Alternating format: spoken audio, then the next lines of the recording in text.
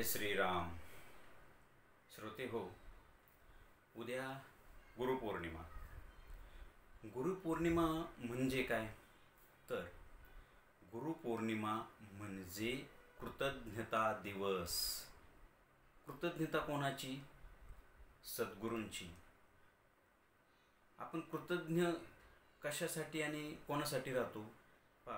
भौतिक जीवनात किंवा सांसारिक जीवनात, व्यावहारिक जीवनामध्ये आपल्या जर कोणी कामी पडलं, आपल्यावर कोणी उपकार केले, आपल्या संकटकाळी आपल्याला कोणी मदत केली, पैशांची मदत केली, तर त्या व्यक्तीविषयी आपण कृतज्ञ राहतो, बरोबर.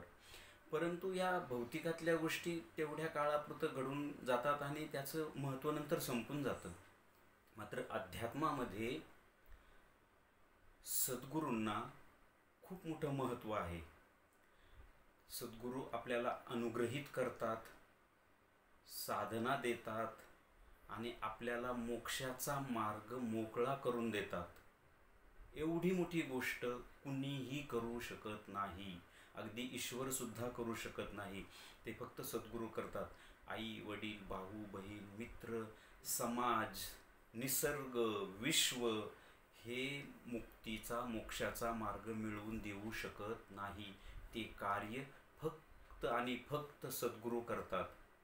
म्हणून या दिवशी, गुरुपौर्णिमेच्या दिवशी, आपण सद्गुरूंच्या चरणकमलाजवळ बसायचं असतं आणि फक्त कृतज्ञ राहायचं असतं.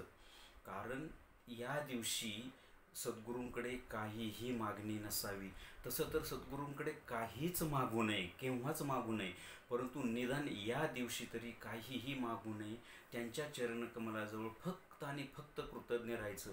कारण त्यांनी आपल्यावर अनुग्रह देऊन मोक्षाचा मार्ग मोकळा केल्याचं जे त्यांनी कार्य केलेलं असतं, त्या ऋणातून आपण अनंत कोटी जन्म घेतले तरी आपण ते ऋण फेडू शकत नाही. म्हणून तिथं फक्त आणि फक्त अनन्यता, शरण्यता, संपूर्ण समर्पण, पूर्ण सरेंडर आणि संपूर्ण कृतज्ञता. म्हणून गुरुपौर्णिमा हा गुरुपूजनाचा दिवस असतोच, परंतु सगळ्यात महत्त्वाचं म्हणजे कृतज्ञता दिवस असतो.